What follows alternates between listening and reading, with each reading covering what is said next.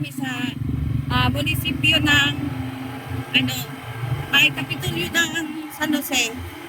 Ito yung Kapitolyo na barko yung kanilang opisina. Ayan, may baka. Friendship! Ayan, ayan. Dito maganda yung mga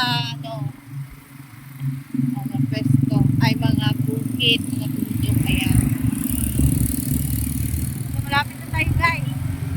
Nadaanan natin yung Kapitolyo.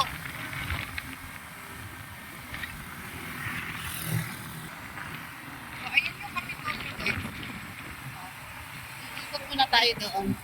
Para, ito dito, itong lugar na to, dati to, ay, hanggang ngayon ata, pero parang wala na dito yung mga kukukubo. Ito yung, ano ang tawag dito?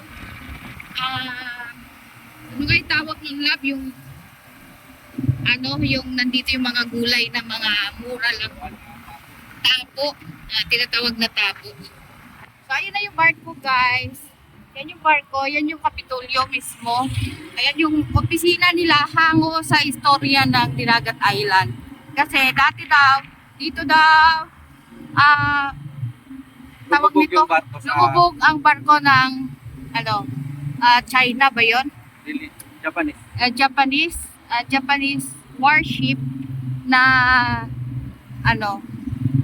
ginamit dati sa pandigma. So, yan ang ginawa nilang forma.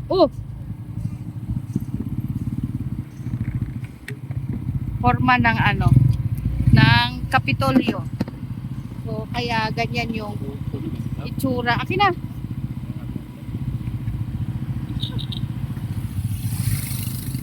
Ganyan yung istorya ng Kapitolyo ng San Jose, Dinagat Island. So, ayan guys, lalagpas. Dadaan lang tayo guys kasi hindi talaga dito ang ating ruta. Ayan, may mga pulis. Shout out dyan sa inyo. Meron pa akong dala dito kawayan. Napakaganda.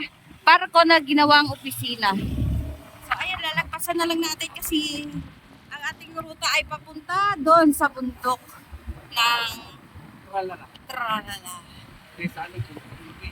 Bugtong Lubi daw kami pupunta. Pero huminto muna siguro tayo at ako hinahirapan dito. Paano ako? Hawak ko yung kawayan, hawak ko yung huminto ka muna. Kasi hindi tayo magka-ano nito.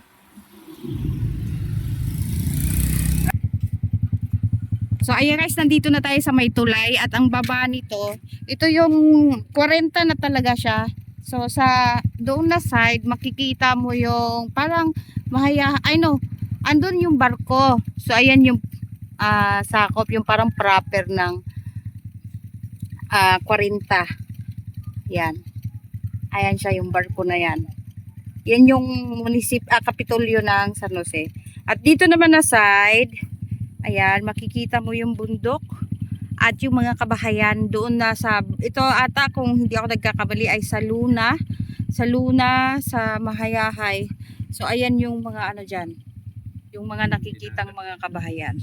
At doon naman banda doon, sa may dagat na siya, ayan naman yung Dinagat, tawag nito, munisipyo ng lungsod ng Dinagat. Ayan, so ayan na yan siya. So islang-isla talaga kami dito guys, napapalibutan kami ng mga dagat.